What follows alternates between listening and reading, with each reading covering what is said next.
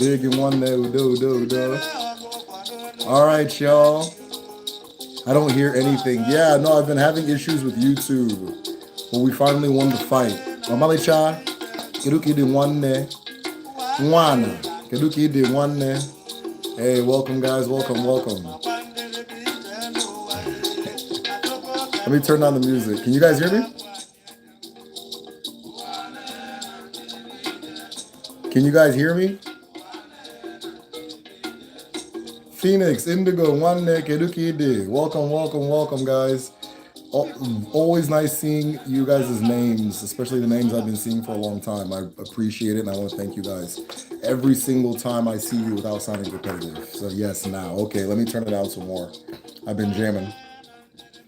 All right, once we get to, let's do 15. Once we get to 15 people, I'm feeling ambitious today. Once we get to 15 people, we're going to go ahead and begin. Ndewono.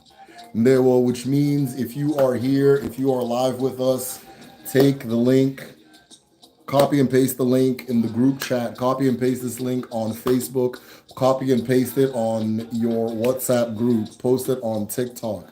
Let everybody go outside and scream it to your neighbors. Let everybody know the Medicine Shell is live. This is Ask Me Anything. I think we will have a little discussion on vertical and horizontal morality. Hold on. Because that is going to help me explain something very crucial about ancestral spirituality. Sorry again for disrupting class. Phoenix, which class are you talking? Are you in the Asasuibo class? Are you in the language class? Phoenix, are you in the? Obviously, you'd be going by a different name, but are you in Are you in the language class? What do you mean you disrupted class? What do you mean you disrupted class? Guys, once we get 15 people, we're going to go ahead and begin. My name is Derek Ofadarunwa. For those of you who are new, we have 7 people in here. Patreon, not the language class. I don't remember anybody disrupting the Patreon class. Phoenix, what did you say on Patreon? I mean, maybe it's secret. You know, the group study is you know, I want people to feel free in the group study to say whatever they want to say and say the things that would get this channel shut down, which happens often. So I don't recall anybody disrupting the class though. We had the last 2 group studies we had were like legendary level. My laptop broke, so I haven't been able to upload the replays, but I am currently playing this song off of the fixed laptop. So I'm gonna have the replays up at least by tomorrow. I'll do my. As I was saying earlier, my name is Derek Ofadarunwa with the Medicine Shell. I talk about ancestral Igbo spirituality known as Odinala. That is ancestral spirituality, cosmology, thoughts, philosophy, everything you want to put in there, because our ancestors did not separate these things into different categories, right? It is all one, as we are all one. If you are new, hit the subscribe button. If you are new, or no, if you've been here for a while but you don't know how to act, go ahead and hit the like button. You know we're supposed to hit that like button. I got 9 of you in here staring at me, just breathing. You need to be hitting that like button. You need to be hitting that like button. I said, oh, I didn't know $80 was on there. Oh, listen, I don't even remember you saying that. Sometimes we think that the little goofy things we do are super important. I was in the Igbo class, the language class, and my mic was on, and I was talking to my brother about this guy I went to high school with that just posts crazy nonsense on Facebook. And I was quoting this guy word for word. So half of the language class probably thinks I'm crazy. Oh, whoa, we got 20 people in here. He said,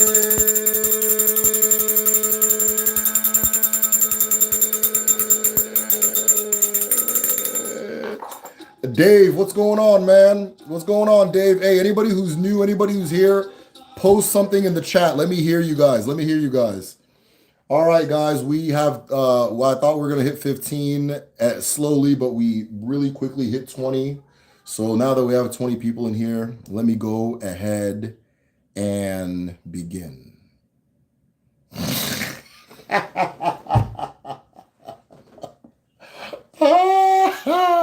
Your bell ringing scared my cat. Hey, you better tell that cat to go hide. I'm going to be ringing that bell tonight.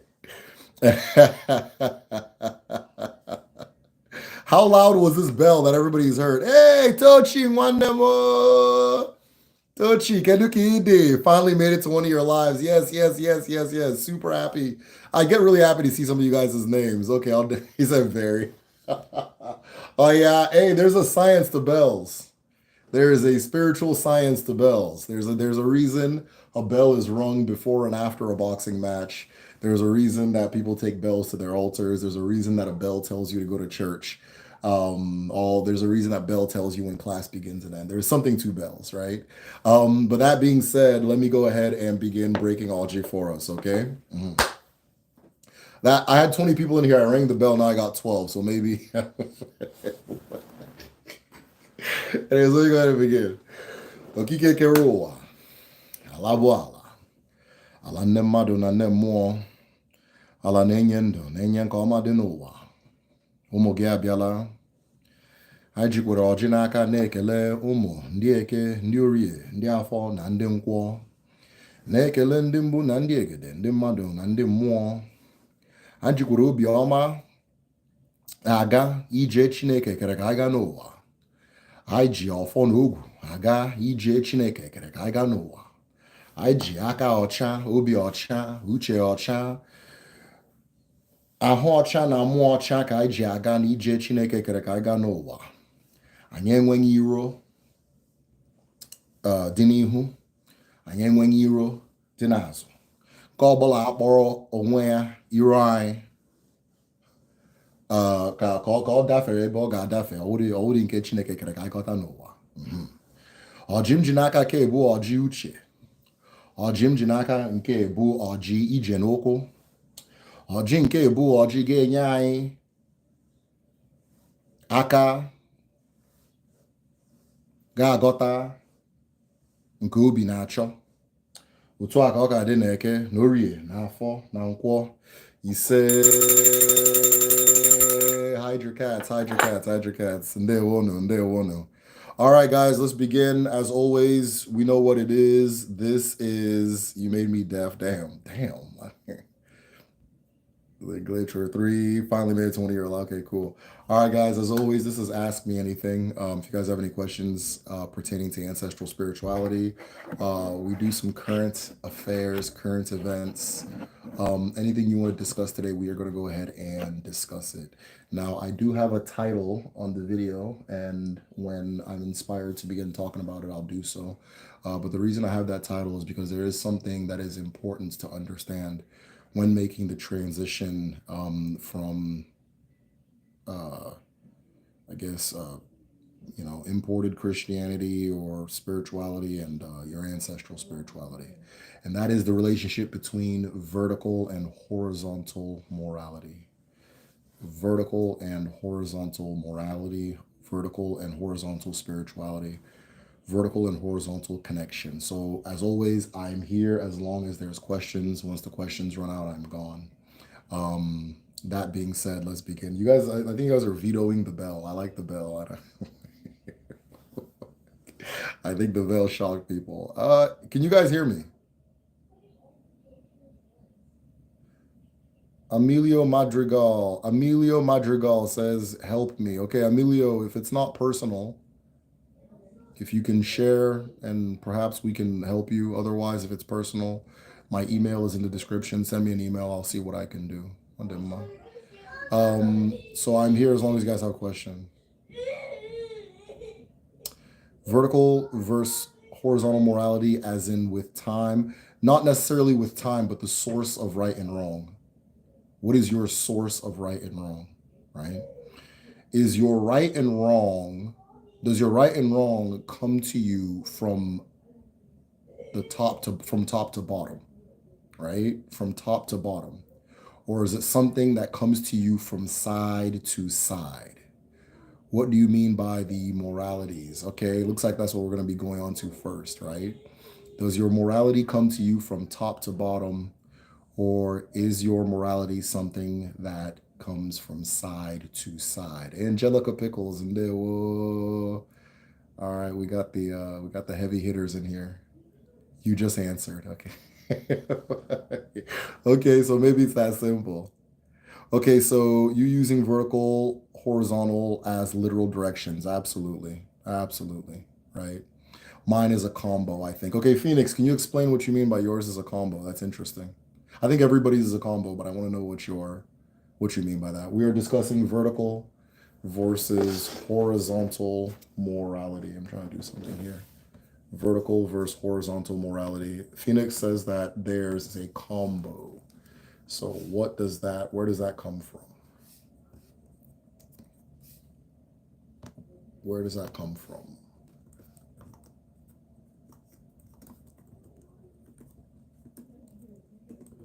Earlier I said that a lot of the vertical morality is, you can see that a lot in Abrahamic religions, but there is a horizontal element to it too. And when I'm explaining the two of them, I will use the example.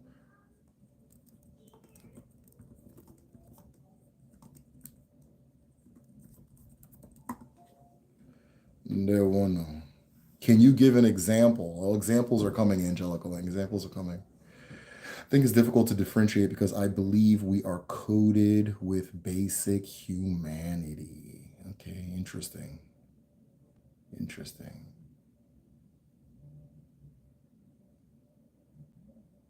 Okay, interesting, interesting.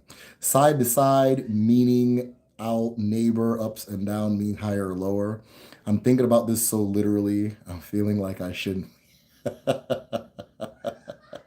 Dan says Diddy is the Dan, you're probably like Gen Z, right? I'm beginning to think Gen Z has like a comedy problem. Like I don't think you guys are that funny, right? Like when we used to like troll when we were like 12 years old, he. You know what I mean? We had jokes, man. You guys, all your jokes are, oh, P. Diddy. I'm a P. Diddy. Like, all right, man. Okay, man, P. Diddy. He got me. Free Diddy, free Diddy. All right, man. That's what's up, man. That's what's up. So I'll do them all. So let's stay on the topic, though. You guys can talk about Puff all you want. In fact, no. Phoenix, throw Tony in the trash. Throw Tony in the trash. Thank you. Thank you. All right. So where are we at? We're talking about vertical and horizontal morality. Our neighbor, side to side. Okay. Okay. So let me see if I can find a question that would help kind of illustrate what I'm going to be discussing, right? Vertical. What do you guys think? What do you guys think it is? What I'm saying, right? What do you guys think vertical morality is? What do you think horizontal morality is? I kind of want to get you guys' thoughts before I start talking. Right? I come to find that the most interesting discussion starts that way. We learn from our community, neighbors, faith, etc. But I also think some is divinely inspired. You're muted. I'm muted. Am I muted? I can hear. Okay. Horizontal, our neighbor. Tochi, not quite. Not quite. There's an element of it though. Vertical, God, sometimes, sometimes. Depends on what your relationship is with your God concept, right? You're not mute. Okay, thank you. Adema. Mel Hope. Whoa, I think it's my first time seeing that name, so welcome. Red Hair Harlow. I think my first time also seeing your name. You must be new, so I welcome you. Okay, I think horizontal is like those. I think horizontal is those like us. Vertical is those we have to reach to understand. A little bit, right? I believe there's nothing after life. Okay, that's interesting, right? Red Harlow, can you elaborate? What do you think happens when you die then? Not post-colonial condition dampening my sense like this. Lord have mercy. I don't think it's colonial. I think it's just me deciding to be vague and mysterious today, right? So I'm being vague and mysterious today. That's what it is. So maybe I don't know. Maybe you're right though. What was the question? Okay, so we are discussing. The question is vertical morality and horizontal morality, and I kind of wanted to get what I kind of wanted to get what you guys' definitions for either are, or guess, maybe just guess what you think vertical morality is and what you think a horizontal morality is, right? Vertical is top-down morality, elite beliefs become lower class belief. Horizontal is moral set by belief of peers. Yeah, to an extent. You're close, very close. World's morality versus God's morality. There is an element of truth to what you're saying, Angel. There's an element of truth to what you're saying. Yes, this is what I was trying to say. Latino boy Vincent. Vincent, I let you troll 2 times. It wasn't funny. Phoenix, can you throw this asshole in the trash, please? Yeah, but you're beefing me, bro. I don't care. Like, that's not funny, bro. Say something funny. Phoenix, can we dispose of thank you. I appreciate that. All right, so maybe I should quit being vague. Okay, so I was there was this video I was watching the other day, and I actually said something about it on TikTok. I like made one of them response videos, right? And it was really interesting to me. And they were saying that it's hard for non-evangelicals to understand evangelicals because of the difference between more vertical and horizontal morality. And what this person was explaining was that there are two types of morality, or there are two directions that morality can come from. There's vertical and there's horizontal, right? Vertical is from the top down, obviously, as the name implies. So it's usually you are moral, or you are doing the right thing because you are following the order from above. Okay? You're doing the right thing because you are following the order from above. Okay? Above can be the government, above can be your parents, right? This is how a lot of children operate in the world until they start developing their own sense of self, right? A stronger sense of self, right? You know, like right now, my daughter is just turned 3. Um, right is I won't get in trouble. Wrong is I'll get in trouble, and then that's just what it is, right now. And then of course she's developing like the capacity to like, oh, this is making this person happy, this is making this person sad. She's very much, if anybody's sad, oh, are you okay, why are you sad, that kind of thing, right? It's a little more horizontal. It's a little more horizontal. Vertical is the instruction, right? That it is, I am right because I followed the instruction most accurately, most correctly. You understand? In order to develop a strong vertical morality, you have to have a strong capacity. I'll call it a capacity just to be respectful. Strong capacity to trust the external, right? So you put your faith, keep that word, into something external to the extent by which that thing determines what is right or wrong for you. And your measurement of right or wrong is your ability to fit what is being described. Okay? Your ability to fit what is being described as right and wrong. Horizontal morality starts from the individual, right? Like I said earlier, I'm not going to completely say it's a Christian thing, because in the Christian doctrine, there's also this idea of treat others the way you want to be treated. Okay? Treat others the way you want to be treated. Okay? That is horizontal. So the vertical is thou shalt not, thou shalt not, thou shalt not, thou shalt not. The horizontal is I will not because. I will not because I know how that feels, because I don't want that to happen to me, because I know the effect, because this is not the what I within says is correct. Now, to me, or in my understanding, not even in my understanding, the reality is this: when you're dealing with ancestral spirituality, and of course I'm going to use Odinani as the cornerstone in the example, the morality you're dealing with is horizontal, even when it sometimes looks vertical, right? So the closest thing we get to vertical morality is what we refer to as nsoala, which are the laws of the land. That certain lands have their laws, and if you're on that land, you follow that land's laws. These laws are almost universally murder. I can never say this word. Incest, incest, murder, just the things that you find illegal just about everywhere in the world, except, with a few exceptions, right? Those types of things. Those are nsoala, laws of the land, right? But that's not vertical. That's horizontal. You're following those laws because the people of that land made an agreement with the earth. Okay? They made an agreement with the earth. The earth will continue to provide, sustain, nourish. They will continue to keep the earth clean, free of desecration, acknowledge, give her acknowledgments, that kind of thing, right? Feed the earth back. The earth feeds you, you feed the earth back. You understand? The earth gives you something healthy, you give it something healthy back. And when you desecrate the land, when you commit when you commit an abomination, you are violating that pact, that one-to-one agreement. Okay? So when you see the morality or the way you operate in Odinala, it is horizontal. It is horizontal. It is not vertical.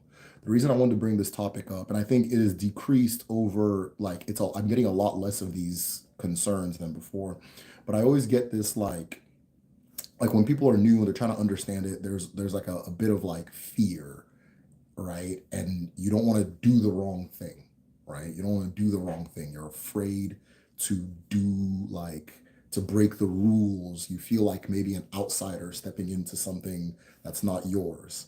And you don't want to misplace things. You don't want to knock things over. You don't want to break the law. And I think that comes from being conditioned by a vertical morality.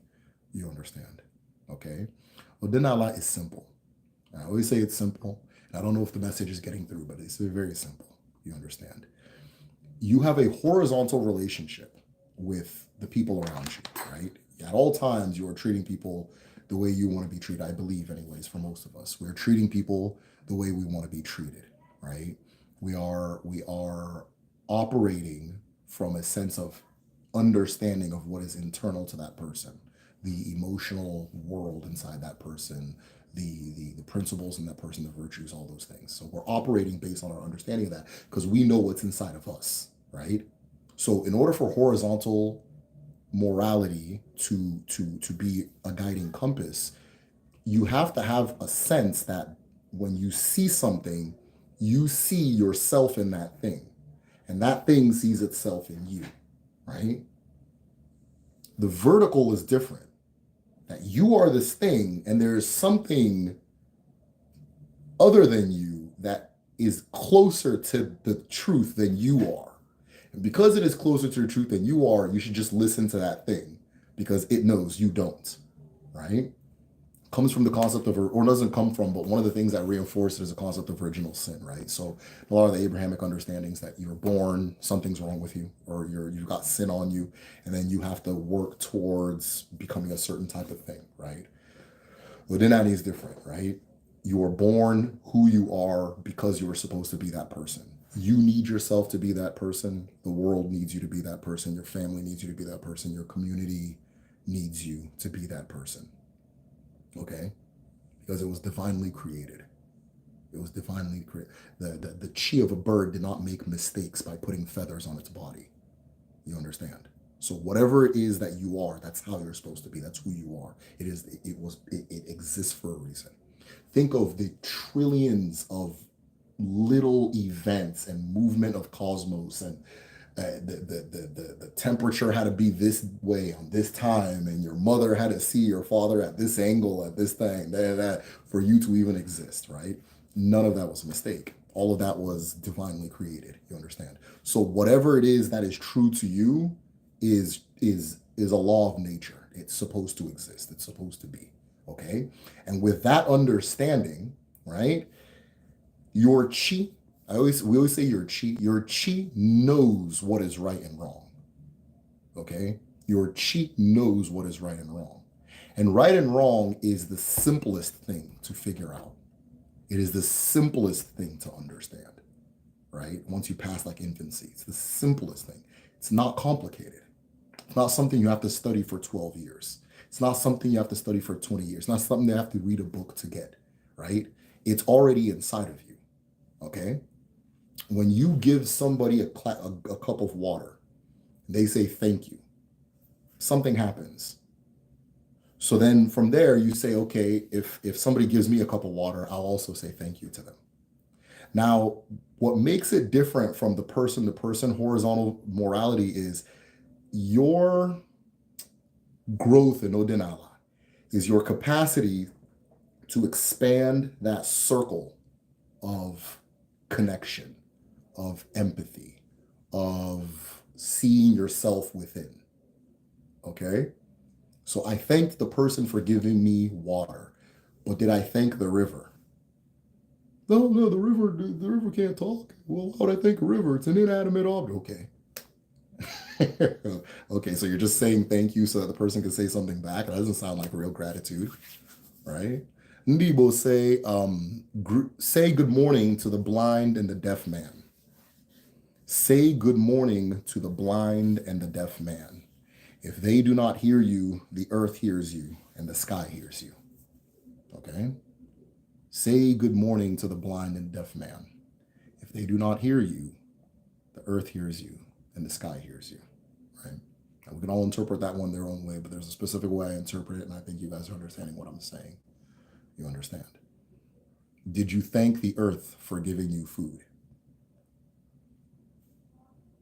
You don't want people to come to your living room and desecrate it. Or are you desecrating the earth? Right? Before you dig that hole, I'm gonna dig a hole real quick. Pardon me. That kind of thing. Oh no, the earth can't talk back to you. All right. Right? Okay. Continuing that vertical. Your ancestors. Okay? Your ancestors, that's your family. Are they still being regarded as family? Are they no longer family because they're dead? Now you guys are different, whatchamacallit, right? If you're preparing yourself something to eat, are they remembered? If they are with you, if my ancestors are with me, you got guests in the house, you don't eat alone. You understand? You know you don't eat alone, right? If you come over to my house, I'm not gonna have, hey, sit right here, hold on real quick.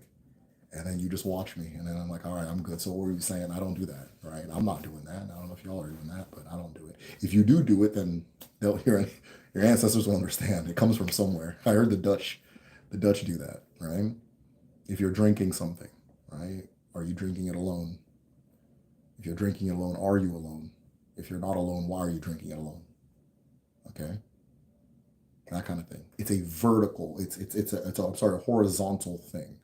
If you can understand that, a lot starts falling into place, starts making sense. So maybe I'll get few less questions about like, oh, you said, leave the tray this way, but I left it this way. Did I do it wrong? What are you asking me? Right? Your chi knows whether you did it right or did it wrong. And it's not that deep at the same time, right? It's not that deep. It's not that deep, right? I think that mentality comes from the vertical thing where maybe I'm being seen vertically and like I'm closer to this thing than you. That's not what it is at all. That's not what it is at all. And if you're talking to a Dibia, if you're talking to an Inze and also anybody who is rooted in Odinani, and they're not pointing you back to yourself, not pointing you back to your family, not pointing you back to your chi, then you're maybe not talking to the right person, right? So that's what the horizontal is. Okay. So the same way I'm regarding people, right? I don't steal from people, right? So I can't steal from the earth. I can't steal from the trees. I can't steal from the sky. I can't steal from the dead, right? I'm not, just things like that, right? Things like that.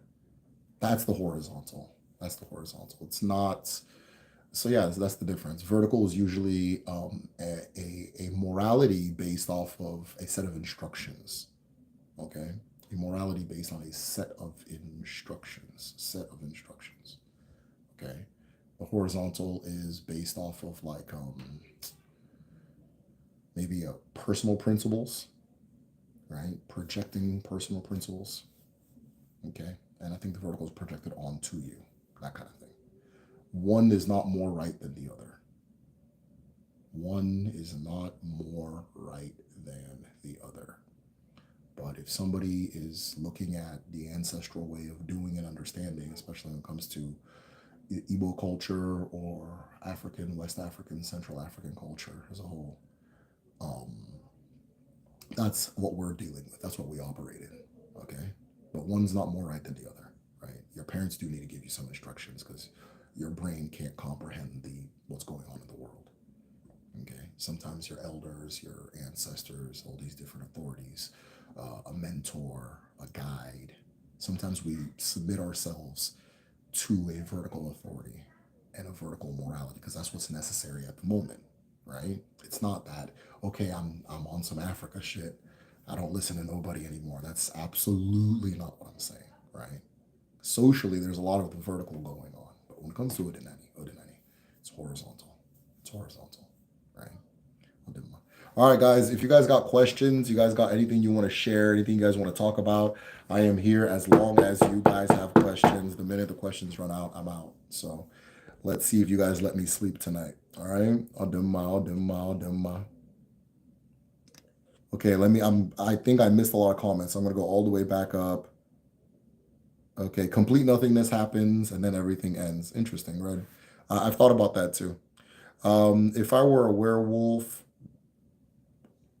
if a werewolf was on the moon, would the wolf be? All right. I'm gonna put an age limit on trolls. Oh my god. This while I was thinking morale. Did I type mortality on the thing? I do that sometimes. Did I type mortality on the description? I may have typed mortality instead of morality. So Tochi, if you can, I can't see it right now. So if you can check for me, I'd appreciate that. Anybody who can check, I'd appreciate that. I may have typed mortality instead of morality. And if I didn't, then cool. I'll do. So guys, let me know what I typed. Harass. Isn't this just esoteric philosophy at this point? Nothing you're saying is actionable. A CT. It's actionable if you make it actionable, right? It's actionable to me. Everything I said was actionable. If you don't see it that way, you're not supposed to see it that way. And one day you will, one day you won't. I think of horizontal more of society and culture. Yes, I think ultimately, right? So there's this I can't remember who it is. I can never remember names. But he wrote a book and it's just about like how everybody's a scofflaw, right? The idea that everybody's a scofflaw, that society has these kind of vertical rules that we put down, but fundamentally everybody just follows the laws that are true to them, that they choose. So one of a good example is like you'll see these streets where the speed limit is like let's say 65, but every single person goes 70 on it, 75, that kind of thing, because fundamentally everybody follows their own laws. And the person, I believe the person was an anarchist or like kind of arguing for anarchist philosophy. And they were more or less saying that like, laws are kind of just this thing that we think play a bigger role than they really don't, than they really do, right? That you can legalize or illegalize things, but it has less of an effect on the outcome of behavior than people put credit to. So, and to an extent, I do, but I agree, right? Ran a damn subscribe. Okay, Red Harlow, welcome to the gang. I was a Muslim for a while, but I fell out when my dad did. Was your dad a Muslim?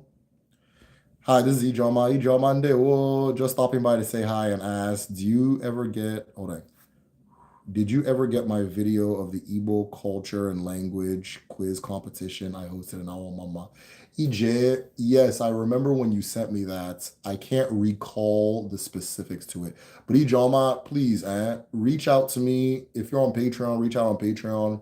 If you're not, reach out by email. I would like to hear more about that. I want to talk about that because you having that in my hometown is great. And I don't remember, Ijoma, are you Iwonyawo? Are you from my town? Are you from my town? Adema. Hi, is it bad for your chi to be separate from your family, even if there's a good reason to be so? Damn, these are those hard ass questions. Thank you for the question. These hard, or main. I keep saying my just because of the capitalization. I just now realize it's concept.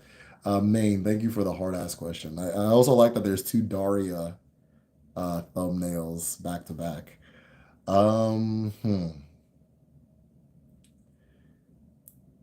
Fundamentally, it is okay. It is healthier to be with family and to have family. If you don't have that option, then you don't have that option, right? If you don't have that option, then you don't have that option. So don't put yourself in an unsafe situation just because the guy on YouTube said that kind of thing, right? I'm African. I'm always going to argue for our family, right? But you know why you made your decision. But fundamentally, I don't think I need to tell you it would be better if you had that. Now, if you don't have it, if it's not an option for you, then it's not an option for you, right? But fundamentally, it would be better if you had it, okay? I also, Maine, I don't know if you're an African or like an African, continental African, but I think I come to find that, our mentalities, maybe culturally, on that subject might be way too divergent for us to have like a nuanced conversation, right? But we can try. We can try, right? Um, because in my own we don't separate from family, even if it's the worst family on planet Earth, right? Because you don't really expect them to be anything but family. Like you don't separate from the ground because it's brown. You don't separate from, I don't know, your shadow because it's dark, right? It's your family. It's not, you weren't born because you like these people. You know what I mean? You weren't born into them because you like them. You're all attached. You're a thing. You're the same. You're one in the same organism, right? You're all one in the same organism. And so, but I do think that there are some safeguards within African culture to keep things from getting too out of control that you don't have in American culture, right? Because in American culture, you have more nuclear families. So whatever's going on in that house, that's you guys' business. And sometimes that can be very dangerous, right? But when I say family in an African sense, I'm talking about 500 people. Okay, I'm talking about 500 people. So if me and my dad have issues, or me and my brother have issues, or me and my mom have issues, I got hundreds of other brothers and about 50 other moms and about a bunch of other dads that I can lean on and so forth, right? And to an extent, we function a little bit more like an organization, right?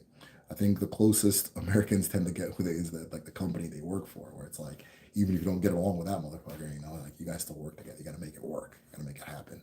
Or like a sports team, right? A sports team is another one. Even though you guys don't get along, we're here for the cause. Even though you don't like even if even if Michael Jordan is toxic, which he was according to most reports, we're still going to come together and put these points up, right? So that's closer to how we see it in the African context. But it's different with American people. So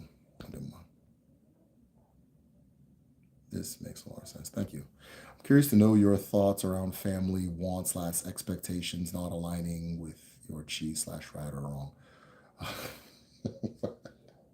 um, family will have its say, but the person will have their way. If that makes sense. Family will have its say, but the person will have their way. Now, so one of the things to consider is that a lot of the elder people in your family have seen more life. So even though it might sound silly to you, there's probably a grain of wisdom or a whole boulder of wisdom in what they're saying or advising. So it's not necessarily like, oh, what do you know kind of thing, right? Um, but at the same time, they're going to have their say, but you're going to have your way. Okay.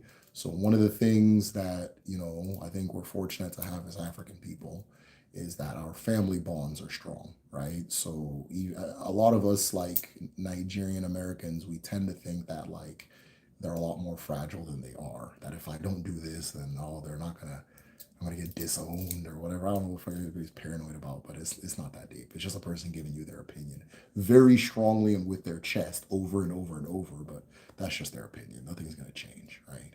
Um, but yeah, whatever the hell they're saying, I'd at least respect it. I at least respect it. There are things I tell my kids, and they're not trying to hear it right now because they're kids, right? Okay, we're not drinking sugar before. My son, he can't have anything sugary before school. No sugars before school. No sugar before school, right? Unless it's like a fruit sugar, and even at that, at minimum, right? Eat your breakfast and go to school. When you come home, you can have sugar, okay? He doesn't know why I'm saying it. And I mean, he's a very smart kid, but explaining it, I don't know how far I'll get with explaining it because he wants the damn sugar. He wants to drink the Capri Sun, right? But, when he gets older, he might be like, oh, okay, right? So at least respect it. At least respect it. One of the things that's great about family is that you have somebody who loves you and, in theory, and has walked the path before you. So if they say, hey, there's something up ahead, it's not just a person saying there's something up ahead. It's somebody that you're tied to in a very intimate way. That's what makes family really powerful, right? So some people, that's not their situation, and I can understand that, right? Can we talk about purity and impurity and how it relates to sacrifice? Game of life. Go ahead and give me your details. I want to hear about that. I think that'll be a good discussion. Do you have a question relating to purity and impurity and how it relates to sacrifice? Ademma. No, you did not type. Tally. I just can't read sometimes. Okay, so Tochi, you can't read me. I can't type. So the two of us together, we're like, we have like a full brain. So Ademma. You wrote morality. Okay, good. Do you think followers of these types of morality have certain patterns of thinking that can lead to weakness that can be exploited? You know, just to be diplomatic, I'm sure you can find negatives from both. But I do think that the modern world places an emphasis on the vertical that it doesn't place on the horizontal. It places an emphasis on the vertical and hopes for and takes advantage of the existence of the horizontal. Okay. So like there's this, like, I'll use an example. There's this like thing that people have in their head that if the police go away, everybody's just going to start killing each other and robbing each other and tearing each other apart, right? And I don't think that's human nature. I don't think that's either. You get these like Joe Rogan ass takes about what nature is, like, oh man, it's just brutal. And do you see the lion eating the antelope? And that's, we're just animals, whoa, whoa, whoa, that kind of thing, right? You get a lot of that. And that idea, the core of that idea creates a person who fundamentally sees virtue and wisdom and not trusting the people around them, right? And that's just not reality. That's not real. You understand? When there's a breakdown in law and order, people actually tend to cooperate more. And people cooperate less when the law and order is as tight as can be. Okay? People are less likely to lean on seeing themselves in others when they're in the process of following orders, right? If you're in the military, you're not supposed to see yourself in others. You understand? If you're in the police force, you're not supposed to see yourself in others. You're the police there, that this thing, right? Now you look at the level of regimentation and rule following a police officer and a soldier have to follow. Okay? If you're the head of a company, you are not supposed to see yourself in others, right? You're not supposed to see yourself in your employees. If you do that, this shit will fail. It's not gonna work, right? You gotta be cutthroat. You understand? Okay, you gotta be fucking that kind of thing, right? Um, and so yeah, I think that when that happens, when you have the situation that leans on the vertical, it creates a situation where the vertical almost like it's like a self-fulfilling prophecy. People become less empathetic, less connected to others, and more selfish when the structure is tighter. The structure is tight under the assumption that people are not empathetic, not connected to others, so on and so forth. So it tightens up even more, which creates the situation, which creates the situation. But anytime you see like a natural disaster or whatever, you tend to see people cooperate more than anything. Like I was in Houston when the floods were happening, and it was so funny how the news was reporting things. It was so funny how the news, they'd look for like one or two instances of like something funny happening, and I won't even want to say bad, I want to say funny. And they would act like they would blast it out to the rest of the country, like, oh man, it's chaos over there, you know, everything's flooded over it. But like when I was there and it was a big flood, everybody made sure that nobody was price gouging. Whenever there was price gouging, they'd like post it in neighborhood groups. They'd call the police because you're not supposed to. People were like vigilant. They'd like, hey, why are you selling this for this much? Da, da, da, da. So everybody was like looking out for like price gougers, things like that. People who had boats would get on their boats and sail around looking for people who might be stranded or whatever. People who lived on like top floors in their apartments were inviting people on the bottom floors. Hey, if you need a place to stay, I'm up here. I invited a few people. They didn't need to come because it stopped like a street before my apartment. Like the flooding stopped a street before my apartment. But people were generally like, you saw way more cooperation. Another time when I was in Houston, because it is a third world country, I was in Houston and the power gave out because they had like a chill, like ice, right? It was a few years ago. Those who from Houston, you might know about this. But there was like everything froze over, right? And so there was no electricity anywhere. And like, all the non-immigrants didn't know how to survive without electricity. But what ended up happening was like all the food truck owners would like line up with their food trucks and they'd sell like hot food, which was hard to get for like about 2.5 days. They'd sell hot food, that kind of thing. People were just like really looking out for each other and like trying to make it work for each other and that kind of thing. People would like let people know where there's water at, where you can get water, where you can get this, because they were telling you don't drink the water, don't take a shower, that kind of thing. So people were telling each other where to get this, where to get that. It was just, you see a lot more of that, right? You see a lot of that. And even as negative as we call the internet, if you go on Reddit and say, hey, I need help with this, people without having to be paid, without to be coerced, they'll all swarm to try to help you. That's the actual human nature. And so when you understand that that's the human nature, the horizontal becomes easier. Horizontal morality becomes easier. It becomes easier to do the right thing because you know what the right thing is within you, not because you need the instruction, right? Or not because you're trying to fit the instruction. But there's a lot to be gained from being the person that gives the instruction, right? Um, a lot of our law, and all of our law in, like, let's say the United States is based off of, I want to say it's not, it's Hobbes, Thomas Hobbes, that, human beings came from a state of nature, brutish, life was brutish and short. People were just, this whole thing about the prehistoric times where men were just clubbing women over the head and dragging them into the cave, and that's how it worked. It's like, nah, that never existed. That's never existed. And those lies have to be perpetuated. Or as you perpetuate those lies, you justify certain things, and those things you're justifying have a lot of incentive to exist. They make people very rich, they make people very powerful, they make people very superior to their neighbors, and so on and so forth, as far as having access to authority, right? So it's, yeah, okay, yeah, if the police go away, everybody's going to just tear each other apart. Not really, not really. The people who tear people apart are going to do that, whether or not the police are there, you know, that kind of thing. Uh, what would you say is a moral way of dealing with an unruly, disrespectful adult child? My brother is a menace to our elderly mother. He's a narcissist and draining her money. Damn. I try not to wish him evil every day, but it's hard to see him treat her that way. Oh shit. Amali Chad, this is not really something that I don't know if I'll be able to answer just like as I'm scrolling alive. It is something I have to give a lot of thought because I've seen this also happen in my own life, and it turned around for the better. It turned around for the better. Um, you know, but just because I've experienced it, your mother has to make that option no longer available, regardless of the consequence. And mothers tend to think the consequence is a lot more dire than it really could ever possibly be, right? It's just something I see universally with mothers, right? Right now. Anyways, I'm gonna say that. But yeah, I would say mother has to make sure that option doesn't exist. Okay, mother has to make sure that that option doesn't exist.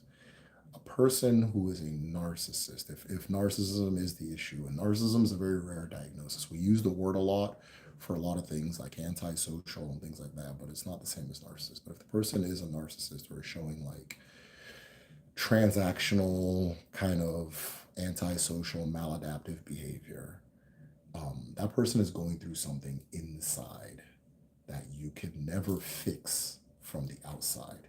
They have to fix it. But you can't continue to feed the problem by giving that person fuel to continue. So, oh, hey, I need money for this, or I need to, no, you need to, oh, if this doesn't happen, I'll go to jail. Yeah, you need to just go to jail. Things like that are easy for me to say because it's just my mentality. Um, But yeah, if and it's hard for mothers. It's hard for mothers because I feel like mothers have to think about two things. One, what would happen to you. Two, how they would feel if something happened to you, right? Especially if they had the power to make that thing not happen. But if your mother is willing to go against the grain of being a mother, and if she cannot, then that's understandable. Everybody has to make sure that the window for those types of things is no longer there. Okay? The window for those, because in order for that person to have that battle, that person has to be in the corner alone with that demon. That person has to be in the corner alone with that demon, and it cannot be regularly fed with access to whatever it is that they're getting to perpetuate it. Okay? So I'm using pure personal experience to answer your question. I'm using pure personal experience to answer your question. There's another thing too, and this is the idea that mado po chi ibeya. Mado po chi ibeya. Okay? Mado po chi. Each person is another person's chi. Or a person is a chi to their peers. A person is a chi to their peers is the best way to say it, right? So oftentimes, an example of an alternative way of operating goes a long way, a longer way than maybe patience gives us the privilege of seeing. Sometimes it's hard to be patient enough to see it come into fruition, but you in your own example showing the a better life, right? You in your own person showing a better life would do a lot, right? Um, and so forth. But there's an internal battle going on with that person, and they have to be alone with the the ajomo that is causing them to behave that way. Hope that kind of helped. Hope that kind of helped. Do not enable is the quickest way to say. Your question were my thoughts exactly. I'm so curious, especially when we come from strong Christian families. Sometimes I get so frustrated wondering how come I get it. They aren't. Okay, so Christian Igbo-ness has layers. Has layers. Layer one, it is a class performance. It is a class performance. Okay. They associate Christianity with being more posh, more classy, right? They associate Udinani with like Nollywood Dibias. Okay, they say, I think you're trying to be a Nollywood Dibia. And you and I both know how much class performance is a big ass deal for our people, how much that thing's got claws in their brain. Okay, so first and foremost, it is class performance. They're performing class. They don't want to be embarrassed by being different from their peers. But all of their peers, including them, low key, know you are 100% correct. Okay? Low key, know you are 110% correct. They don't disagree with you. They don't disagree with you. Some of the greatest people, the people they remember most fondly, and almost universally people that have passed on in their lives, believed what you believed, lived how you lived, acted how you acted. And in themselves, they know that person was correct, but they don't want to escape, not do the class performance. They want to class perform, right? They want to be like their peers. They want to be like their peers, and they want to show their peers that they are among the group performing the high class. Okay, so layer one, it is class performance. Layer two, they think there's a difference between Udinani and Igbo culture. Okay, because you can't tell them that Igbo culture is bad. They don't believe that. But being a Dibia specifically, no, don't do that. That's the Udinani thing, right? So they can break on you. They can take chieftaincy title. They can wear shackle. They can gerodu, nze also. They can go to an Igbo funeral. They can attend a banku, and they don't associate any of that stuff with Odinani. None of that is Odinani to them, okay? Because they've picked out the things they like, and they try to put it in this weird little bag where this Igbo culture bag, right? Okay, and so there's a cognitive dissonance where they think that the thing you're talking about is specifically being a dibia in the forest. Okay, and it goes both ways. A lot of people in like a lot of younger people that are like into Odinani, they tend to think it's just being a dibia, right? They just tend to think it's being a dibia. That's just everybody. Just that's just what they think it is, right? And I try to tell them, hey, it's not just that. Not everybody's a dibia, and the dibia is not like the centerpiece of the whole thing, right? Don't. That's not it. You understand? People don't want to hear that though. But that's what they think you're doing. They don't know that you're. They can't really list what you're doing on a piece of paper and say what is wrong about it. But they're assuming that kind of thing. And then two, they're old. You know, they're old. Their their brain's not gonna change. Their brain is not gonna change. But like I was saying to the person earlier, so do what you're doing. Show them that the thing works, right? Show them that the thing works. Show them that the thing works. Show them that the thing that you can actualize the life you want to actualize, being the person you are, right? It's just like, like with Nigerian parents, that they don't want you to be a musician. Then when you go gold, they become your biggest fan, right? That's just their mentality. So I don't mind. How do you treat a witch around you? Uchenna Frank, my brother, no witch born by man or woman can do a single thing to me. No witch born by nothing can be done. Cannot be done. Nothing can be done. Okay?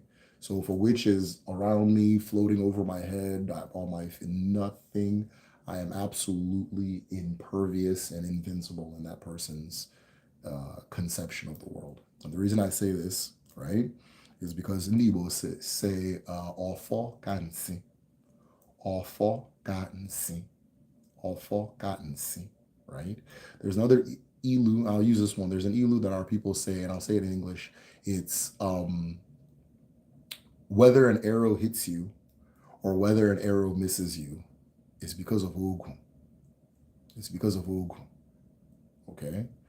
The reason, no, so in explanation, awful. Uche Frank, I'm looking at your picture, you look like a real waffle.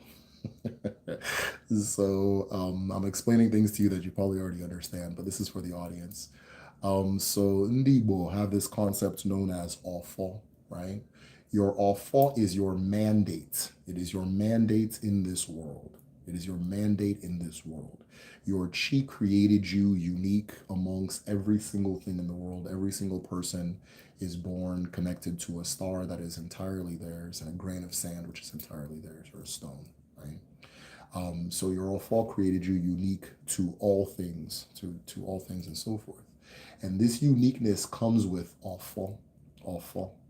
If you are operating in that truth, in that identity, in that in that realness, in that alignment with self, which is an alignment with nature, which is an alignment with ancestor, which is an alignment with creator. If you are aligned, if you are what you were brought into the world to be, there's nothing that you're impervious. You'll win, right? If you follow the battle of your chi, you will win the battle. There's an ilu, and this is one of my favorites. It says that if the chi of a blind man sends him into battle, it's already accounted for his blindness, right? So whatever it is your chi brought you into the world to be, do, see, experience, influence, and so forth. If you pursue that thing, if you do that thing, you are invincible. Nothing will happen. Nothing will happen to you, right? 1,000 witches can sit outside your door and do whatever they want to do. They can bury 100 things in your backyard. Nothing will happen to you because you are standing in your awful. Okay. So that mandates, that uniqueness, that awful is like a house. Okay. No matter what's going on outside, if it's raining, if it's snowing, if it's hailing, so long as I'm in my house, nothing can happen to me. Now, if I step outside of my house, if I go outside of my house, it doesn't mean that something will immediately happen to me. But that when it starts raining, aka a witch, right? When it starts raining, I'll be hit. You understand? When it starts raining, I'll be hit. If I'm inside of my house, it starts raining, I'm not going to be hit. You understand? So staying within your awful is understanding the principles of your chi, right? Because your chi brought you into the world with, I'll call them superpowers. Everybody has superpowers. That superpower is tied to their purpose and their truth. But that superpower comes with its own instructions, its rules. Okay? And those rules are laws of nature. That is why a person within that's walking with awful, Madujo Fonaka, you understand that nothing can happen to them. You understand? But if they're violating that awful, it's just a matter of time. It's a matter of time. You understand? And this is something that human beings understand universally. Universally. Right? Almost every story ever told is about awful and Ugu. Awful and Ugu. Right? Ugu is that force that protects you. Okay? Ugu is the force that protects you. If you're within your awful, Ugu protects you. If you are outside of your awful, Ugu is against you. Okay? That's why they say that if whether an arrow hits you or misses you is because of Ugu. Oh my God, Ugu. Okay? On the month. If morality comes in part from your ancestors, where did they, or better yet, the original man receive their morality from, in their opinion? From inside of themselves, from their chi. From their chi. From their chi. Morality is something you're born with. It's something that exists before you, and you come into the world and you link up with it, and then you pass and it keeps going, right? Until you come back again. So your ancestors pulled their morality from the same well that you pull your morality from. It's not that somebody sat here and said, you know what, I think it's bad to I don't know, set people on fire, right? Yeah, it is bad. I'm going to tell somebody. I'm going to tell somebody it's bad to set it. That idea comes from this idea that in the past people were so much different from how they are now, and now we're like, I guess, civilized, and so we understand that it's bad to set people on fire, right? We've always known. Like when they tell you, oh, back in those days they didn't know slavery was bad. Everybody from the beginning of time knew slavery was bad. Every single human being from the beginning of time knew slavery has a biological effect on a human being. If you take a damn a fish that swims in the ocean and put it into a bowl, you will see it experience depression and then die, right? You will see it experience depression. But if you take a bird and put it in a cage, you will see it experience depression, and then on the level of nature, this thing is not. If you take a damn tree that's supposed to be growing outside and you put it inside of a box, you'll see what happens to it. So it's a law of nature that slavery is bad. It's not that somebody said, you know what, I think slavery is bad. That's kind of like the Eurocentric way of thinking of things. That somebody sat there and said, you know what, I think things, like when you drop things, I think they fall. Yeah, I think you're right. I think you're right. When you drop things, if you're right, I think you're right. No, that's not what happens. We already know all this stuff, right? So people already know you don't really get your morality from your ancestors. It's this thing we're calling morality is a thing of nature. It's an element of nature. It's not a human construct. It is not a human construct. There are things that you do to humans and it has an effect on them. And if you do it to an ant, it'll have the same effect. If I take an ant, first of all, I pick up an ant, it's going to be in distress. So off rip, something crazy is going on.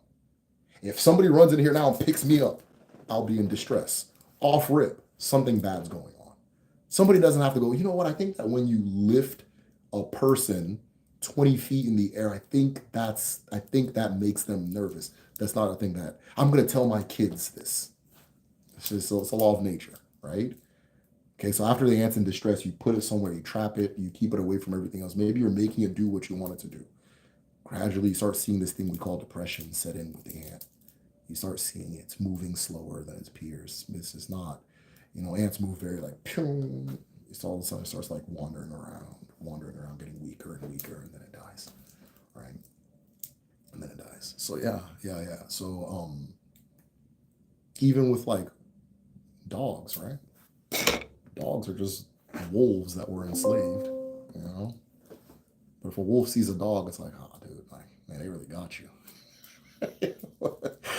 It has a real effect. It has a real effect. So I don't think you get your morality from your ancestors. I think morality is an element of nature, right? It's an element of nature. There's a thing called life that supersedes us. There's a thing that like consciousness supersedes us, right? I was just watching, and I just ordered a book, so I'll be reading a little bit more about it. I can't even think of the name anymore. It's like a meta consciousness, like your consciousness and the consciousness before your consciousness. And the person that is proposing it, and like this is something our ancestors have been talking about since beginning. Like I've been making videos about it. Akonuche. The fact that there's your consciousness, but consciousness is bigger than you. It's like kind of the thing that supersedes you, right? And so the consciousness that determines what your genes are going to do. I can't remember the term, but I just ordered a book, which is crazy because I don't remember the term right now. But it's the consciousness that determines what your genes are going to do. Because everything we understand about genes, in like DNA, all that stuff, is that they are ingredients, but we don't know what makes them, like what cooks them in the certain way that they're cooked.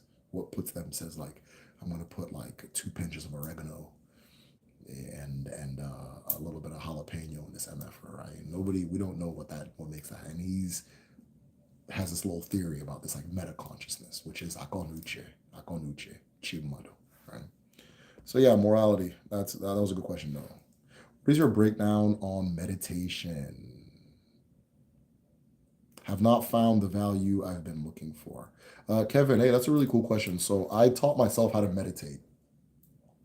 And I have this very specific technique that I use. I was actually just discussing it in our group study on Patreon. By the way, guys, join the Patreon group, patreon.com/the medicine show. We have group studies where we have conversations like this twice a month, but it's like on Zoom so we can all share and that kind of thing. The last one I shared my meditation technique. I think meditation is incredible. Our ancestors refer to it as umendo, which is the breathing of life, right? Umendo, the origin of umendo is that breathing was the first food human beings received.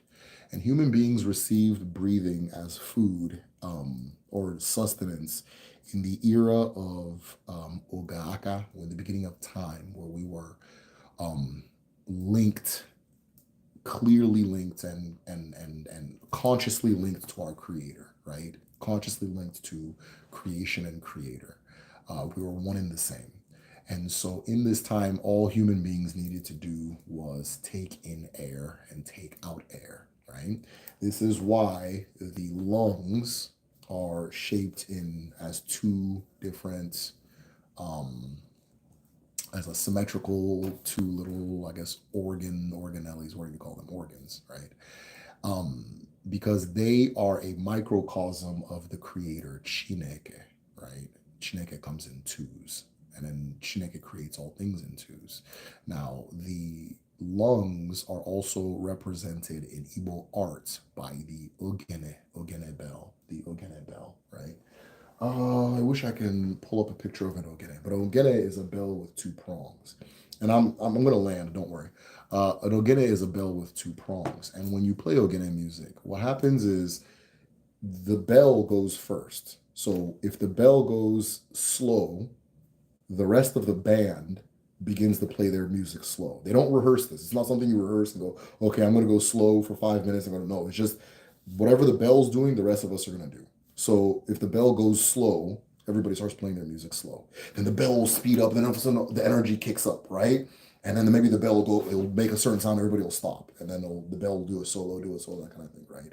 So that bell, that ogene, is representing the creator, right? It represents the creator.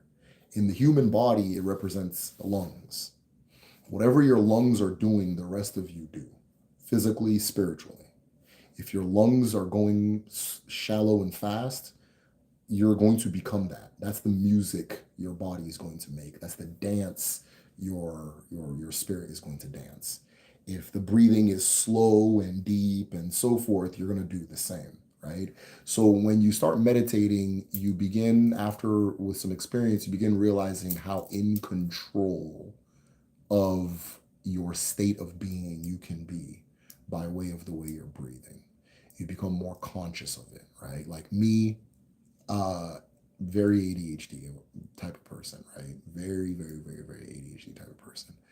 But I do think meditating and years of meditation have gotten me to a point where it's not such a hindrance in my life because I can feel the flow of my own thoughts, right? I can speed myself up or speed myself up, slow myself down because I've learned to control that ogene bell, that original bell. Okay. So umendo is tapping into that your original source because that was the original thing your source used to feed you with was air. You understand? Um, yeah, that's the value of meditation. I have a very specific technique that I do for meditation. You know what I'm gonna do? Um, where's my marker? I gotta make a to do. I am going to make a video on Patreon where I share my meditation technique step by step. Okay, I'm gonna make a video on Patreon where I share my meditation technique step by step. So if you're interested, join Patreon, patreon.com/the medicine show. Right? I'll dim my. Damn, you just confirmed I can't cut my brother off. He said I gotta get something to write, and somebody on Patreon just messaged me, be like, "Hey, make that video about meditating." I explained it step by step in the last group study, but if you don't want to watch like an hour or more of discussion prior, then you can just watch the video where I share it. But one of the things about meditating too is you have to. The hardest part is learning to let go of certain things, let go of your thinking and consciousness and that kind of thing. Um, I don't want to say that it's hard, but once you figure it out, you realize, oh, that was easy. I could have done that the whole time. Like the last time I was meditating, I realized that like one of the reasons I snore is because when I rest, I keep my tongue up for some reason. So I was meditating and meditating, and I felt my tongue was just up and stiff. I was like, why am I doing that? And I relaxed my tongue, and all of a sudden, like I can breathe better. I was like, oh, okay, interesting, right? I have a good friend that has sleep apnea. He actually just visited me this weekend, and I was talking to him about this, and he's like, actually, yeah, that's what the doctor said. Is like your tongue placement has causes issues there. So I'm learning to use my meditating to be more conscious of how I place my tongue when I'm sleeping, right? Small stuff like that. Small stuff like that. But, I could be strapped to a damn CPAP machine otherwise. All right, where are we at? It says, what is a witch? What is your definition? That's a good question too. My mom wants to japa into another country from the US for retirement. And I got her heated because I suggested leaving the house to a family member to rent. She went on a boomer rant. Angelica Pickles, what was her opposition to your idea? Because that sounds pretty common sense to me. But low key, my mom is the exact same way. Exact same way. So that has been proposed to my mom, but she got boomery and didn't want to do it. So what did she say to you? Because this sounds like you're mirroring my own life experience. That's hilarious. African diaspora, and thanks. Your perspective, I'm concerned, is generational trauma. Lots of abuse being passed down. Decide to sever the root. Yeah, sometimes it's necessary. Sometimes it is. Saying, no one gave me a house.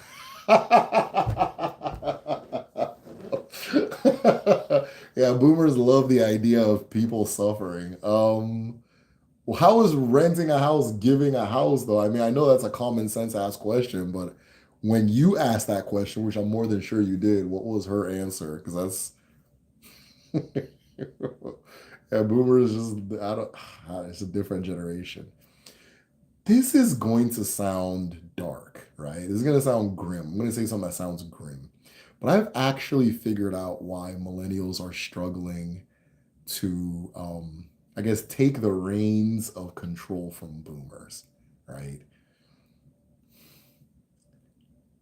Don't do what I'm about to say. If you saw that the guy on the medicine shell said, do this thing, blah, blah, blah, they call me to court, I'm going to say, throw that MFer in prison for 100 years. I don't even know who they are, right? And I'll delete this video so that you look crazy. So, so boomers have this weird underlying mentality that you have to like, don't do this. They honestly think you have to unalive them to have what they have. And if you don't, you're soft and it's never going to happen any other way. Like that's actually their mentality. And I've heard too many examples of them saying things that sound like this that makes me realize, oh. But then you think about when they came up, right? They were shooting everybody. All the presidents were getting shot all over the world. It was coups all over the place. They were wild. You understand?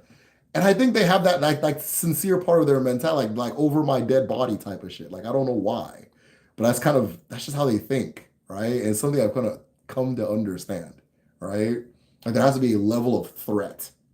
Like you have to threaten. Don't do this shit. Please don't be annoying. Please don't be annoying. But like, yeah, they have this like mentality. I was watching trying to think of an example that most people would be like familiar with. I can't think of any of the examples now, but there's been too many times where like boomer fathers will say to their non-boomer son that the person has to more or less kill them. like I'm trying to think of an example. Like I okay, we'll use Donald Trump. I think Donald Trump is raising Barron to be the type of person who would kill him because he knows his other two sons wouldn't. And because his other two sons wouldn't, they're not getting nothing. They're not getting a thing from him. He's no respect, no nothing. But Barron, he raised him to be ill. You might have to do me in. Like this guy might get me. Okay, and I can respect that kind of thing. I don't know what it is. It's just there's too many patterns of it. There are some things you'll say that it's kind of like you'll see it, right? Even with like companies and inheritance always is a big issue for people because it's like they just won't let it go. It's like you got to, and then like if you come to work with them, they'll see you as competition because they think that's what you're coming to do. They don't know you're a little happy ass millennial fucking raised on Nickelodeon ass is just coming here to do his job. You know what I mean? They don't know that. Then when they see that, they think you're like you don't have sense. Then they start trying to get rid of you, that kind of thing. So I don't know. Strange generation, but they came in very, very, very violently. Like they came in boom. And I think that's the missing communication piece is that they're actually way crazier than we millennials are conditioned to think. Right? It's just a theory. Just a theory.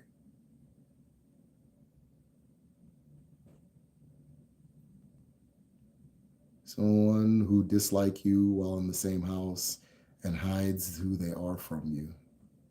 Okay. Can you talk about blessing and curse, how it relates to purity and sacrifice? Game of life. If you can give more details on the blessing curse question, I don't think it was that detailed, but I get the idea of what you're asking. But if there's something more specific you can say, I'd appreciate that. Blessing or curse and how it relates to purity and purity sacrifice. I'm trying to think of. Okay, hold on. I get what you're saying. If you want to ask it another way, that'd be cool, and I'll get to it. But I'll say this.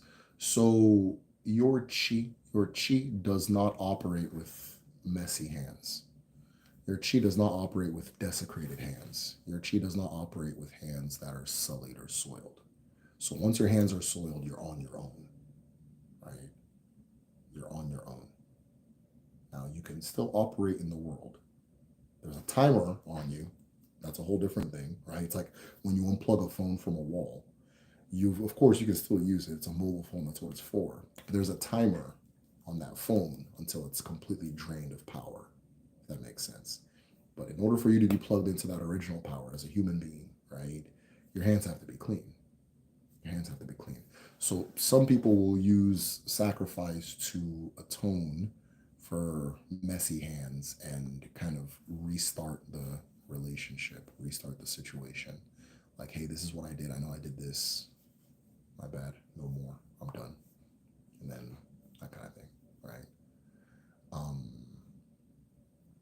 and so that's kind of the relationship. Your chi once you start doing things that are not of your chi, you're on your own. Your hands, you can still exist in the world. You can still do pretty well, but you're on your own. A lot of people who operate like this, you'll notice they use crutches. They use spiritual crutches to walk in the world.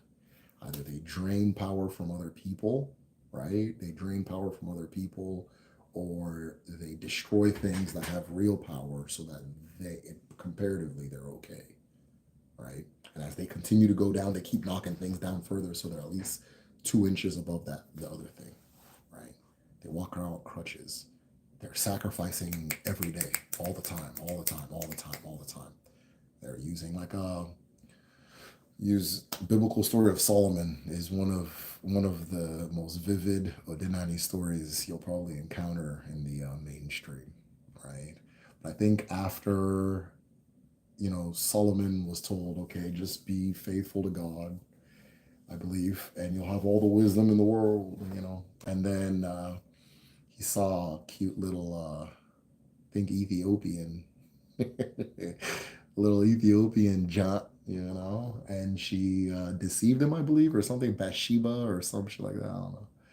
And then he lost his power. He lost that wisdom that he had that was carrying through because he's unplugged from the thing, right? Because he started worshiping her gods because she was just that fine, that kind of thing, right? Which that was the one thing his chi said, hey, don't do that, right? So now the thing is unplugged, okay? Now he can still operate in the world, but I believe after that he became more or less, in like maybe Gnostic, more esoteric tellings. He's more or less like kind of a wizardish thing. Like he's just jumping from one thing to that movie, that Speed movie where he has to keep his heart beating at a certain rate, or else like a bomb will go off or something crazy like that. I use this for so many analogies. I've never seen the movie, but if this guy has to keep his heart beating at a certain rate, or else like he'll die or a bomb will go off. So like the whole movie is him like driving fast cars and doing all these things to keep his heart rate going, right? So once you're unplugged, people who are unplugged, you see that they have to do all these like synthetic, artificial things in order to either have a feeling of power, um, maintain the appearance of power, or knock down things that have real power before the discrepancy is noticed. Okay, so hope that kind of answers that question. But you can always just plug yourself back into that wall and get with it. Some people use sacrifice as like the reset button to atone for what they do. So whatever atonement you have, your atonement has to be accompanied by ritual as well, right? You cannot just atone with your mouth and maybe even your heart. You have to also physically atone with your body and your spirit. Okay, so the ritual many people choose is sacrifice. So game of life, I think maybe that was what you're asking.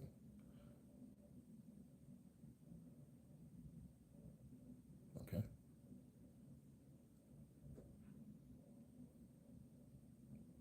I miscommit, not clubbing. That's scary.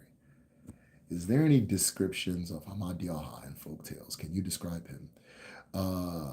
Does he have an axe like Shango? No, Amadioha does not have an axe. Does he carry a staff?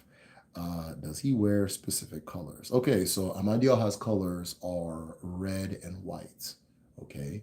Amadioha either appears as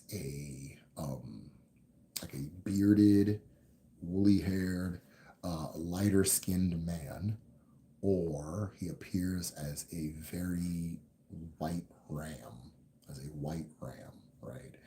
Um, excuse me. Amadioha, funny enough, in the 1970s, they built a statue to Amadioha in Owerri, and the church people had it demolished. But my dad was saying that Amadioha also has a very wide neck. Also has a very wide neck, right? And this wide neck is what he said in the statue. It resembled like the neckwear of the Oba of Benin. The Oba of Benin has the neck joint. I can't remember what it's called, or I don't know what it's called. I don't speak Edo. Amadioha has the same thing. Amadioha has the same thing. Now it's interesting because if you know the history of Benin, you know that the original, the people that were there before the Oba, the leaders that were there, was a council of Osigos. Osigos, and Osigos are what are referred to as sky kings, right? Sky kings.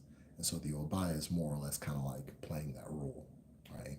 But the Oba, Amadioha has that same neck thing, like the Oba of Benin, lighter skinned, woolly hair, from descriptions, like a lamb, or looks like or is a ram, a large white ram, Amadioha, funny enough, has a gun, holds a gun, right? Amadioha is referred to as Abwebwe Eligwe, Aba Ebwe Eligwe, which is the gunner of providence, the gunner of heaven, right? Heaven's sniper, the shooter of heaven. So Amadioha has a gun. Now, a lot of people have a hard time contextualizing, but guns have been with us as a people for like 700, 800 years. Very long time. So Amadioha has a gun. And yeah, that's the only weapon I've ever heard of Amadioha be described as. Many of his names allude to like a person that shoots a gun, right? A gun shooter, a sniper. Ebwe Eligwe, Heaven's Gun is Amadioha's one of his names. Ebwe Eligwe, Heaven's Gun, Heaven's Gun. Ebwe Eligwe, Heaven's Shooter, Heaven's Sniper, Heaven's Marksman, right? So yeah, those are the descriptions that we give for Amadioha. Is there any descriptions of, okay, we did that. Thank you, it did help. I know that solution, but like you said, my mom just can't let go. I feel like the sane one amongst crazy people. Yeah, the connection between a mother and their wildin' ass son is an unbreakable bond. That's the connection between a mother and their difficult son, specifically son, is an unbreakable bond. It's a very difficult one to divert or break, right? It's very, very hard. But there's a lot more going. That's like a side effect. There's a lot more going on within the person. Oh my God, class performance, you are preaching. You know what? They don't want to be embarrassed by different people, their peers. Yeah, you know what it is. So you think it's that if money wasn't a factor, community would be more open to indigenous spirituality? Yeah, of course, yeah. Absolutely, absolutely. Nigeria has this weird, or Igbo land has this weird structure where, okay,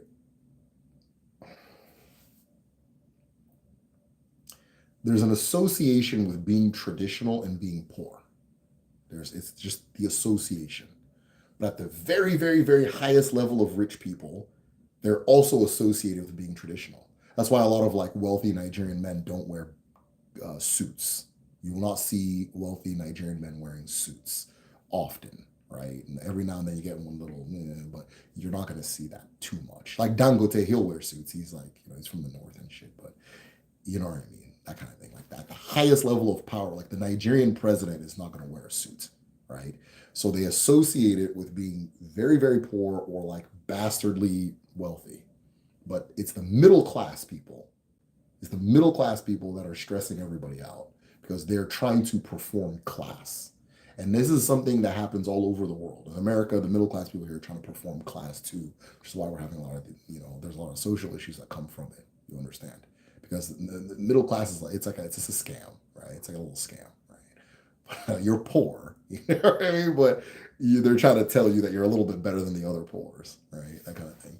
And so, So in the process of trying to perform middle class, which is what they're trying to perform, but they call it rich in Nigeria, so it's whatever. In the process of trying to perform it, they have to show that they're more Christian than other people, right? They have to show that they're more Christian than their neighbor and that they can fit in with the others and that their kids aren't going to embarrass them by being too unique. You understand? But at the highest level, right? If you go to the person that really is the people that are really running that village, man, I've been chopping it up. They sound like me, you know. They sound like me, you know. There's certain people from certain families they'll tell I'll know that they'll be like, oh, my parents will be. I'm like, no, dude, talk to your dad. He talk to your damn dad. And he talked to him. He's like the damn like head of the DBA fucking for like for like his entire local government, right? And so yeah, it's a weird dynamic where at the very very top is like super traditional, and then the connotation is at the bottom is super traditional, but in the middle it's really Christian. But because the bottom is associated with being traditional, a lot of people at the very bottom will try to like also class perform by like trying to dissociate themselves with that shit. You know what I mean? So like somebody will be like dying, and there's a traditional medicine that treats the thing they're dying from, but they don't want to take it because it's embarrassing, right? It's embarrassing. So most of what we call colonial, like the colonization of Igbo land, and almost like I think really, really with Igbo land, like what or Africa, but what really sank it in, right, in Igbo land is class performance. Because what would happen is, and I have documents, if you, by the way, join patreon.com/the medicine shell. I have an entire library where all my research is from. So that if you think I'm just saying some BS, yeah, I'll point you to somewhere. I know when we read things that are written down, it's more true than when somebody says it. So I'll point you to where it's written if you need that, right? But I have this document where they're describing how the church was spreading in this community. They said that people were hesitant to join the church, and they even saw it as like a funny, like comedy, right? Like it's like a thing to like laugh at, like it's just some silly foreign thing, right? But what started happening was the churches would build these schools. It was the schools that got them in, and then they'd be like, okay, bring your kid to the school, and then the kid will come and do all this fancy stuff like speak English and do all these then it's like, oh wow, this is great. This kid can do this fancy bullshit, right? And then they started having the kids wear foreign clothes, right? Start wearing foreign clothes. And so your kid comes out wearing the foreign clothes. Now they look fancy and special. They look special. They're not from here. They got foreign. They got right. Even now today in today's culture, oh, this is I drive a foreign. Like all this stupid mentality people have, right? Material mentality. So it's the physical materials the person would have on them. So the kid would have the clothes, right? And then the other, specifically, the document said the mothers would be like, man, I want my kid to have the shit too. Just go, go, go, go, go, go for that stuff. I don't want to be left behind, right? As this person is moving up, especially because the first people they targeted were people who were enslaved and people who were outcasted. They would target the people, and then they would all of a sudden make those people look more fancy than everybody else. And it was like, well, if this person has all this foreign nice stuff. I want my kid to have it too. And so they'd send them to go get the nice stuff. And once they're there, oh, well, we can't continue until the kid is baptized. What's baptized? Oh, you dip their head in the water. And then, okay, all right, go ahead. Yeah. They dip their, okay, now that you're baptized, your name is Matthew. You can't go out there and tell them blah, blah, blah. Your name is Matthew. Oh, Matthew. Okay. All right. I'm Matthew. You know what I mean? This guy's got a foreign name. Damn. Okay. Matthew, Matthew. Everybody wants their kid to be fucking Donatus, Matthew, Carlisle, and Benjamin, Derek. And so it's just this cycle. But that was what it was class. It was a class thing. And then the kids who would go through that school, now you can work in the colonial administration. You can work in the colonial administration means you're in control of the society. And you can prove your worth to the colonial administration and the school and the church by showing how distant you are from the tradition. How distant you are from the tradition. So when you go to a lot of the documents in my library, you'll notice that they always start with the Igbo people are a people in southeast Nigeria. Their customs are, and the person writing this is in like 1930s Igbo land. Like he's in the mix. Nothing except that person has changed in their society. But they're writing from the pretense that I'm a little bit away from this thing. I'm away from this thing, right? And so that created this weird kind of class. I have this video called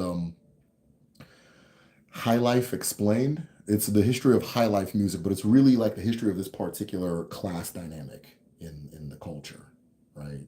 And it goes from like Ghana to all over. It's all over. So if you're interested in more about it, check that video out too. But yeah, that's really how it's all class performance. So the Christianity of our people still carries a lot of it's a big part of it. It's you're trying to perform a class. You're trying to go to the church and show that you have the fancy clothes and your kids have the fancy clothes and everybody is in lockstep and we're into this thing and so on and so forth. Now, because of the dynamic at home where like the absolute top people like the Obasanjos and stuff, they're all very traditional, right?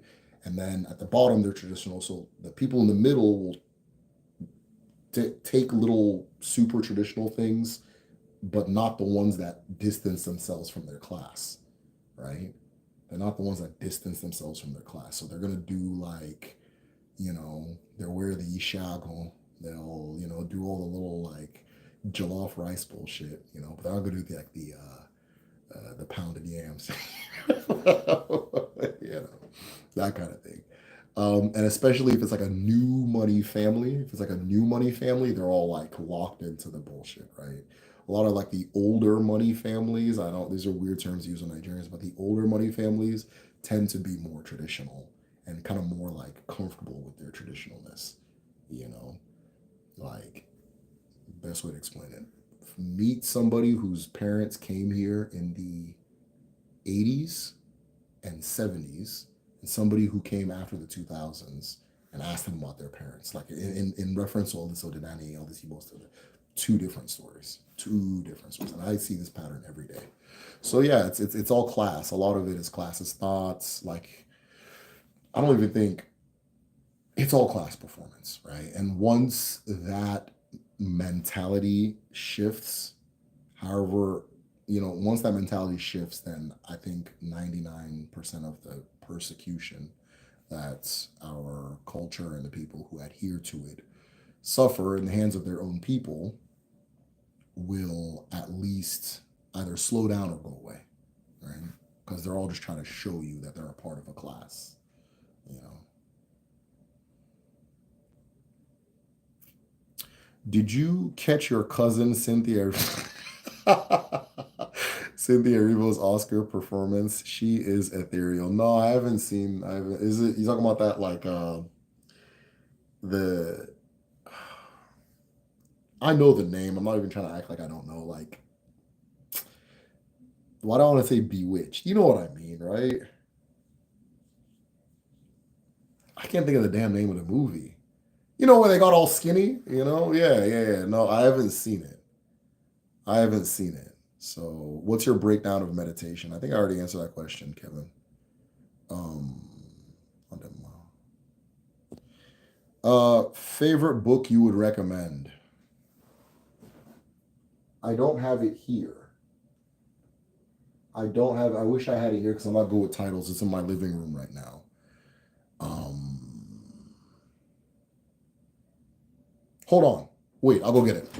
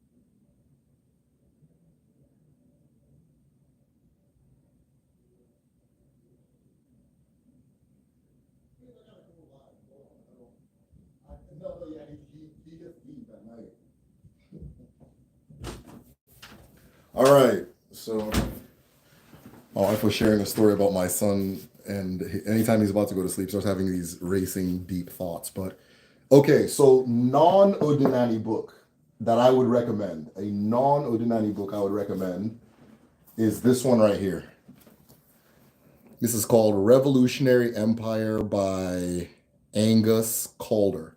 Now, I'm not reading all this bullshit, right? This is too much. But what I'll do is I'll go to the index and I'll scroll and I'll find a topic that's interesting. Like, oh, okay, interesting. And I'll go read it. This is the history of the British Empire, right? British Empire basically formed the modern world. If you want to understand the modern world, that's a good book.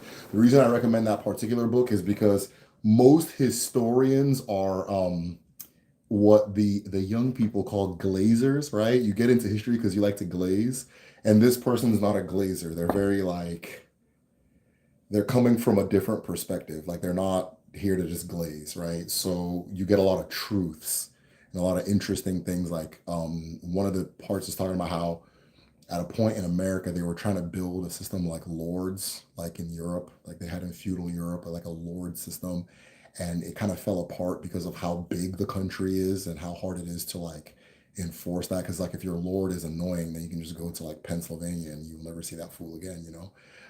So how big and open America was after like the genocides and things like that. And but there's remnants of it. There's remnants that still remain of it, and then it's like, oh shit, that's what that is. Like, oh, that makes sense. Like the Ivy Leagues and things like that. It's like it's interesting as hell, right? So, yeah, that one's good. Now, as far as Odinani, like as far as Igbo spirituality, in our folder, like, okay, so if you join the Patreon, I have like a library. And in the library, I have a recommended folder. The recommended folder has, I think, about 8 books in it that I would recommend reading. Like, the first one is like your most simple, like, kind of like ground level stuff. And then it gets more and more like dense. I think around 4 is its most dense and complicated. And after that, it's like kind of like relaxes and it's less dense, but it's like specific and more specific stuff, right? And so in that library, some of the books in the library, Leopards of the Magical Dawn. Leopards of the Magical Dawn. I recommend that for everybody. You may be able to find that one online. Otherwise, I have it in the library, right?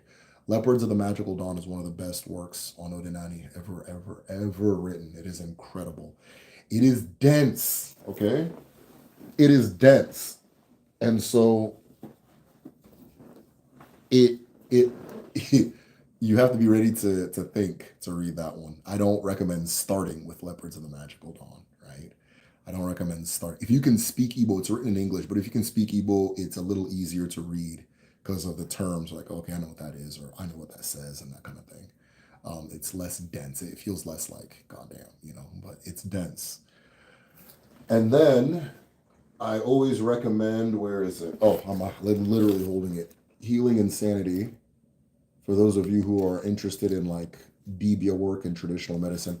A lot of this, our traditional medicine class is rooted in this particular book written by Dr. Debia Patrick Iroebu. Okay, so that one's, I can recommend books all day. I can recommend books all day. Of course, After God is Debia, the classic, volume 1, volume 2. Um, I if you have access to After God is Debia, which is hard to find, I would read After God is Debia Volume 1 and Volume 2 before reading Leopards of the Magical Dawn because it's Leopards is similar but it's more dense. And After God is Debia is specifically focused on like Debias and Debia work. Whereas Leopards of the Magical Dawn is more about like the cosmos and the structure of the ancestral cosmic zeitgeist, right? Cosmology. Okay, so those are books I would recommend, but that's my non-Udinani book recommendation. It is called Revolutionary Empire by August Calder. So one of the things, like before it got cold, I was reading that book and I was fishing, and I read this like it was said to be the first Western book that depicted African characters in a sympathetic light and like not black. uh I'm separating black from African in this case because there had been works like um Othello, where like there's a black character, and he's depicted sympathetically, like, but he's a European, he's a part of European society. These were African people, Africans, right? And so he's talking about this book. Um, and it's funny too because the person was like against slavery, but her argument is a female author. Her argument against slavery was that because Africans is just, this is old world thinking, but because Africans have kings, they have a concept of nobility, and because they have a concept of nobility, it's morally wrong to enslave them. And so then came this wave of like propaganda say, no, they don't have a concept of nobility, right? Um, and then a lot of terms like tribe and things like that emerge from that particular era, right? Somebody will call something a tribe that's like bigger than their country, right? But okay, all that stuff. But it's to fight against that idea. This is kind of like right of kings argument against slavery. And so she wrote a story to kind of illustrate it. And the story was, I can't remember the name. Let me just find, because I'm sure you can find the story online.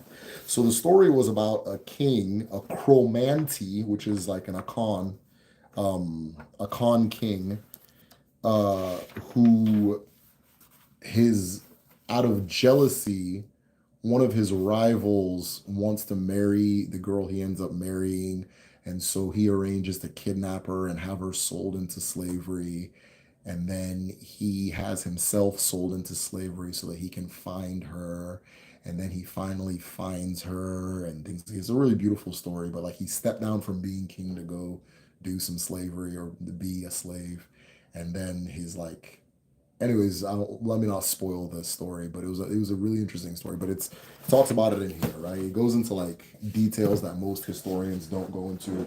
I think he's left leaning in his thinking, and that helps. Most historians are like damn near fascists. Um, Kundalini meditation, I recommend absolutely.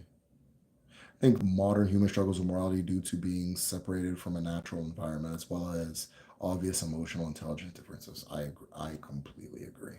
I completely agree. There are certain things you can't do in the presence of nature, right? And I guess scientists have proven that people behave more communally and less aggressively and more considerately in the presence of trees. In the presence of trees. Don't trust family; they'll trash your stuff, and you'll have to pay for it anyway. That's wisdom. That's true. Because oh, this is my aunts. This is my cousins. This is my what? It's not a big deal. They'll forgive me. That kind of thing. All I said was maybe you can help the people in our family. We have young kids who are struggling to find a good place to live. Build some generational wealth or something. But I guess not. Shit. I'm sure she's thinking, man, those are the exact ones that'll tear my shit up. Adema. Kedukide, Derek. One kedukide. Ogasima. Kekide. Placing your tongue on the roof of your mouth is an important technique when doing chi breathing according to Chinese. Interesting. Interesting. Sith Lord. All right. Maybe it's crazy. I tend to think they're spoiled, but honestly don't fully understand them, especially with black mothers. I think personal theory. I think women a- appreciate relationships with men that involve turbulence and friction, right? I think somewhere in your, you know, general, and there's exceptions, general female thinking, and I think that it you see it a lot with their children as well, like when they have sons, right? They want some turbulence, right? That kind of thing. I have my grandmother, my grandmother, okay, so there's my dad and then there's my uncle below just after my dad who's just like thugged out, he's thugged out, like he's he's a white when he was young, he was a wild guy. Like I'll give an example. When we were kids, we our portion of town didn't pay taxes because my dad got him the job as the tax collector and he wouldn't go to work. And then they couldn't fire him because like my dad is like well respected. And so in because he's my dad's brother, they wouldn't fire him. And then if they try to fire them, he'd like fight them and or like try to discipline and they try to fight. So there's nothing you can do. Like I used to think that you didn't pay taxes in Nigeria because of my I learned like in my 30s it was my uncle, it was because of him. Like no, it's because of him.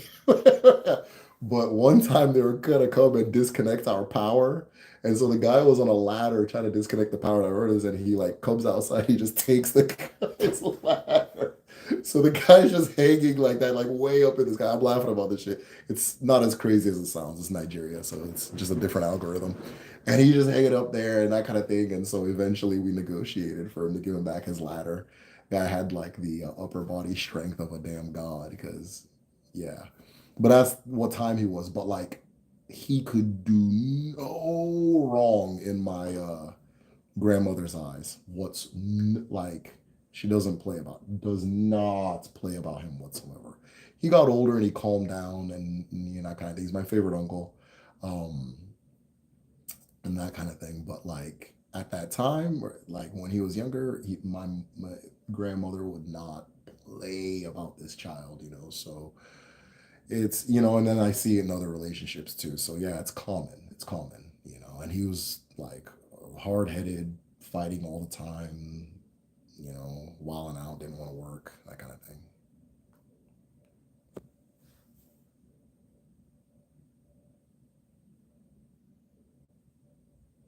Okay, Derek, about removing the elders. If you read a lot of European fairy tales, is embedded that old head king should be removed by the new king. It's the spiritual ability to die and transform. Yes, yes, yes. And it goes back to if you like look think about the story of if you're like a Greek mythology person, Zeus and Kronos, right? Zeus and Kronos. Zeus kills Kronos and becomes the king. Just like it's just a standard part of European storytelling. Um, and yeah, the similar story in the African context, we'll use like for example the story of like Osiris and Set. It's the uncle that kills the king, and then the son comes and avenges and becomes the new king. But it's not the son that kills the dad. Like the European ones, the son kills the dad. So maybe that's where it's coming from. But yeah, boomers really have that mentality. You gotta take me the fuck out, bro. And if you do, they'll respect it. Like they respect friction. That kind of thing.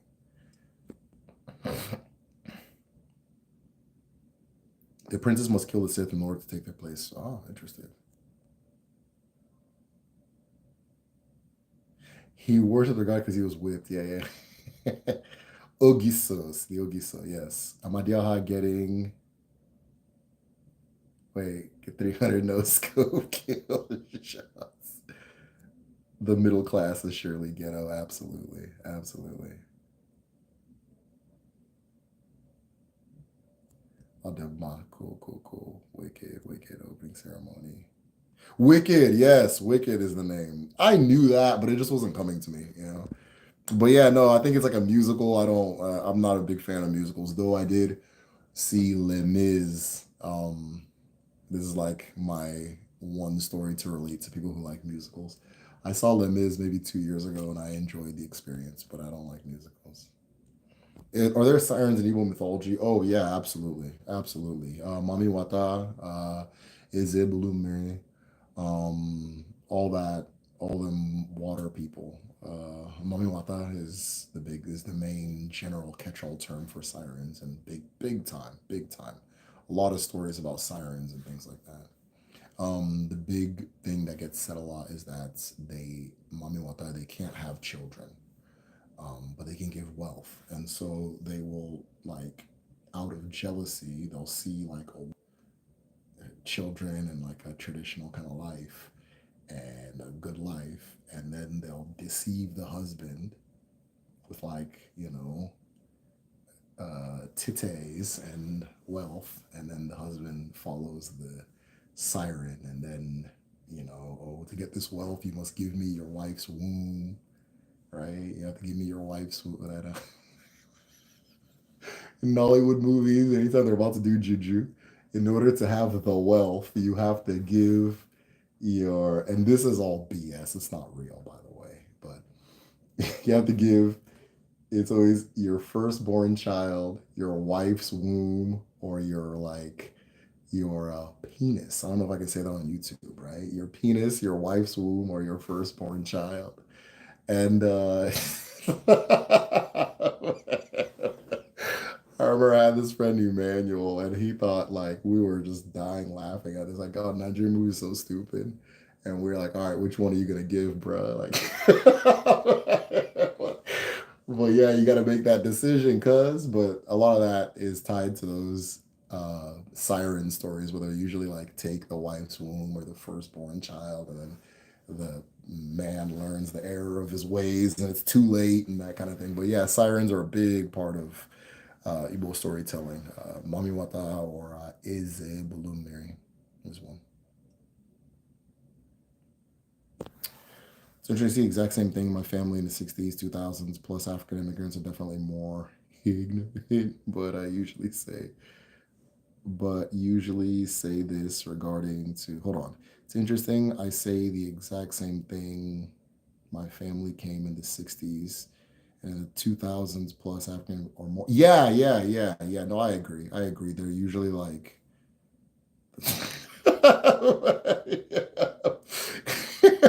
like I don't know what the fuck happened in the 90s, but it's just a whole different crowd. It's like, but I can tell when I'm talking to because like sometimes it's like it's almost like the ones from 2000 like running from something, right?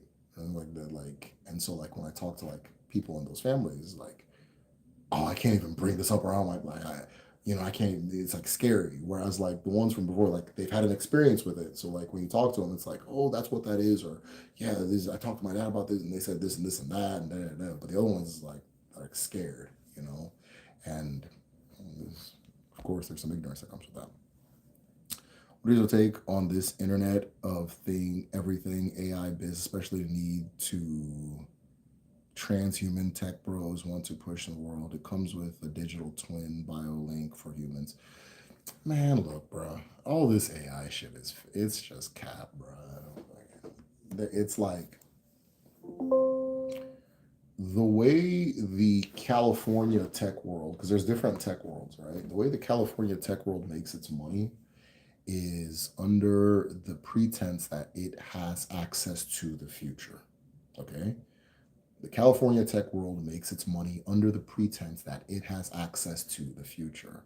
And if you want to win in the future, you need to buy shares in my thing. You need to venture capital me up. You need to be a part of what I'm doing, this future thing. Okay. Now, there's two problems that come with that. They don't have access to the future. That's goofy, right? And then like a kind of like a side note on they don't have access to. It's like these are guys that fundamentally don't understand humans, right? Elon Musk doesn't understand humans. Uh, Mark Zuckerberg doesn't understand humans. Like the people who operate at a big level in that world don't understand people. They have autism, right? They're deeply autistic, right?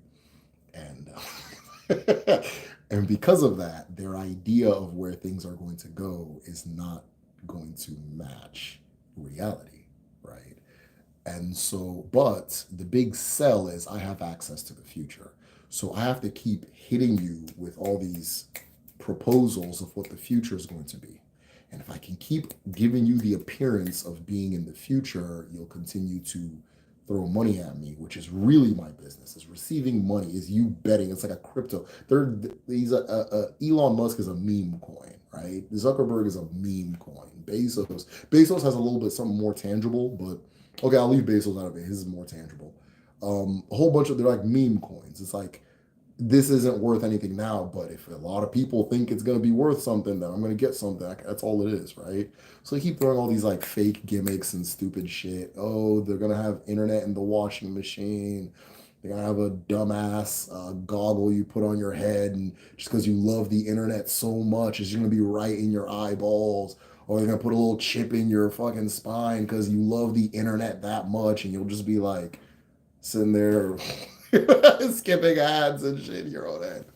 And so there's pitching all these dumb things, and then people who are like idiotic, but like a lot of people with a lot of money are really idiotic. So they go, oh man, like that Elon says he's gonna build a tunnel underground and it's gonna be a hyperloop and car, man, that's good, man, dude, what?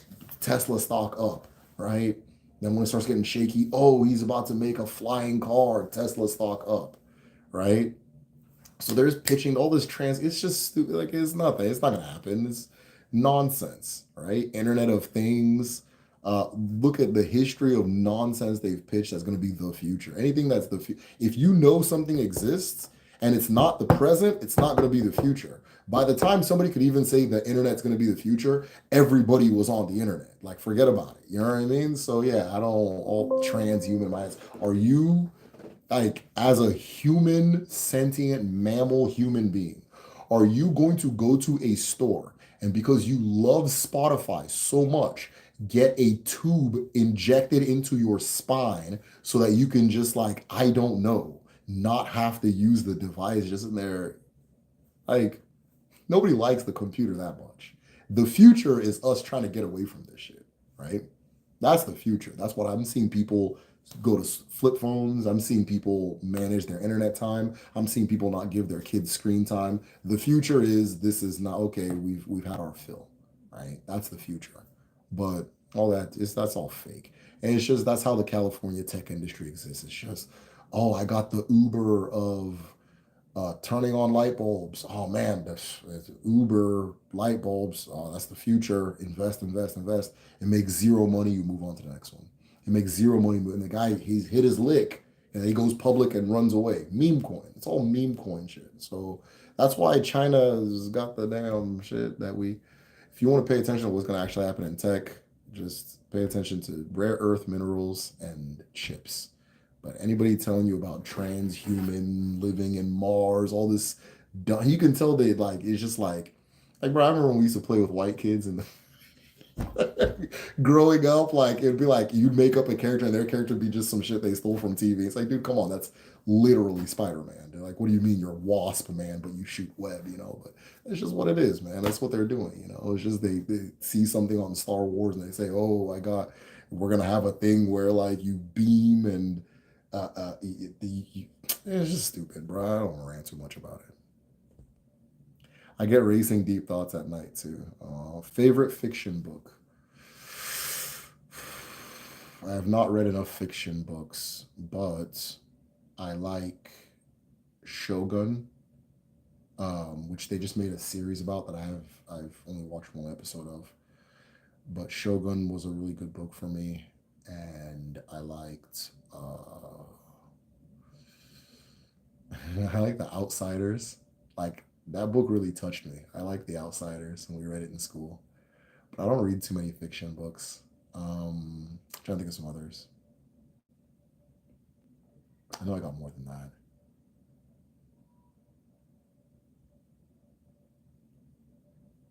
Anything Chimamanda Adichie. I think Chimamanda Adichie is the best prose writer I've ever seen ever, but I haven't seen many. So, and then where is it? Where is it? Where is it? Efuru is very high up on the list for me. It's super high on the list for me. And a lot of that, one, it's a really cool story, and it just takes you into the world it's describing, and like you're in it, right? But I've also experienced a lot of that stuff in real life, so it felt real. Like the book felt real. The book felt like a lot of scenes of the book felt like I was just kind of like hanging out with my mom, and her friend are going back and forth. Like it was like PTSD. What's another one? Yeah, those are my recommendations for now. I can't think of anything, but I didn't start reading. I didn't start reading nonfiction till late in life, which is like literally very recently. Yeah. So Chimamanda Efuru. Of course, Chinua Achebe is awesome. Things fall apart. What else did I just say? The outsiders, the outsiders. That shit's all. I like that book. It's hard. And Shogun. by Clavel. Is it James Clavel or Henry Clavel? One of them. But they just made like a series about samurais and stuff. Those guys at Google want us all hooked up to the Matrix, Meta, Nano 6G commission. They say tired of world economic. It's whatever, bro. Ain't nobody cooperating with that stupid dog. They can barely get the vaccine off. I used to argue with my ex for no reason just to see how he react. All right. I used to argue with my ex for no reason just to see how he'd react, but eventually I got tired of it because just talking was easier. Yeah, I don't know what that is, bro, but yeah, I don't. I feel like things that cause high cortisol, like your cortisol spikes, I feel like as a man, like once it happens, you just get rid of it, get rid of it, get rid of it. That's your instinct. But then it's like women kind of just operate, they just kind of be swimming in it and you know what I mean? Like backstrokes and cortisol and stress and all that shit. So I don't know, but yeah, even in anyways, let me not go too far into my own relationship history. But yeah, I've definitely seen that.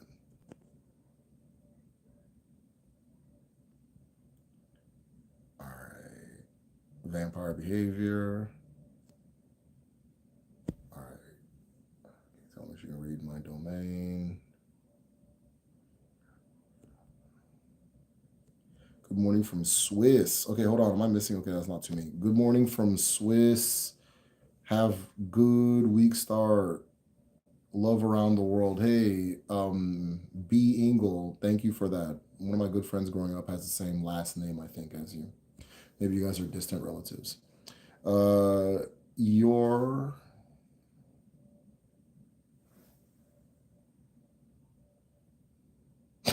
notice how autistic they all are.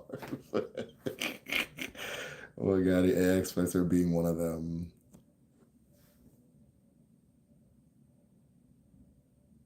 They get regardless of their support level. Okay, I'm looking for the dumb phone youths. Da, da, da. I think if you like Afuru, you would like Toni Morrison's work. Everybody says that, and I'd like to check it out. So yeah, for sure, for sure. I agree too. The closest I've gotten to anything Toni Morrison is just listening to interviews from her and things like that. And I think she has an awesome mind.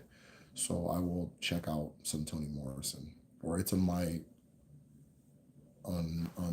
reasonably long to do list. But yeah, you were not the first one to say that. All right, brother, the high cortisol causing behavior annoys me and drains me. I can't tolerate it. I'm highly solution oriented. Yeah. Sometimes it's not even like they don't even need the solution. They just like I'm taking a backstroke and stress chemicals. Can you just leave me alone? Yeah, be.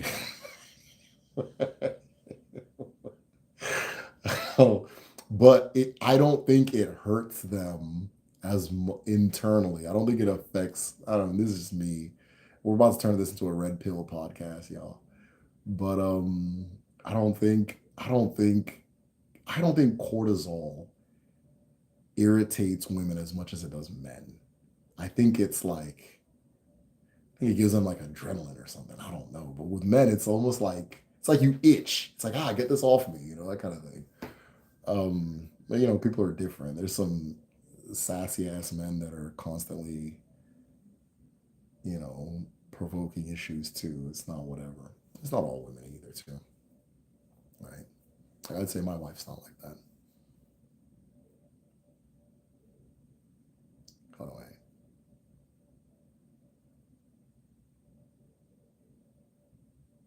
I feel like Toni Morrison's stories are best understood when read out loud. So there's some authors that read maybe like I feel like it proves the same way where it reads like a person talking, where it reads like a person talking, and I tend to find that those ones are best read out loud too. So Angelica, I kind of understand what you mean. Like an audiobook, cool.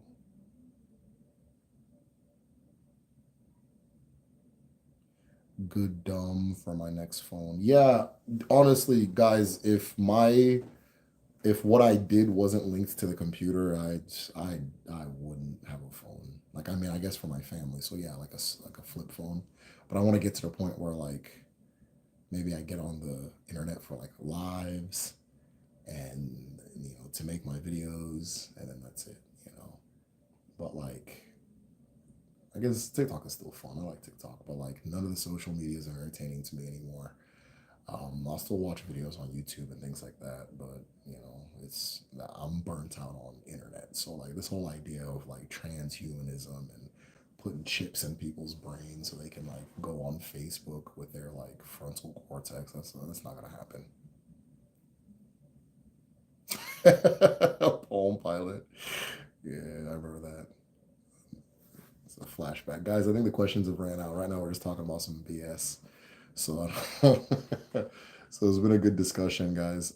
We're starting our traditional medicine class. We're starting our traditional medicine class at the last week of March, right? Last week, I think the 24th, the last Monday of March. We're starting our traditional medicine class the last Monday of March. So if you're interested, if you're at the Izume tier on Patreon, just message me and say, hey, I want to get in. Everybody should be getting their email that's signed up already, should be getting their emails. Um, Tomorrow's gonna be really busy. So tomorrow or Tuesday. Um, and then if you're trying to get in, get in. The traditional medicine class fills up in like a week and a half at most. So like if you're trying to get in, you can sign up at patreon.com. No, I'm sorry. Yeah, patreon.com/the medicine show or www.kedu.me. And then just go to the sign up, click the sign up orange button, and then pick medicine. But our traditional medicine class is starting soon. Wait, there's a question. What does it mean where you're in a dream, walk past a group of trees, teleport from one village to another? Creative force, I can't read dreams, so I don't know. I don't know. But that is interesting. Well, guys, this has been a great discussion as always. Ono gade, ono geto, nkobala, ono tiriaka, ogade nowa. Ogade otwa neke, norie, nafo, nankwo, ise.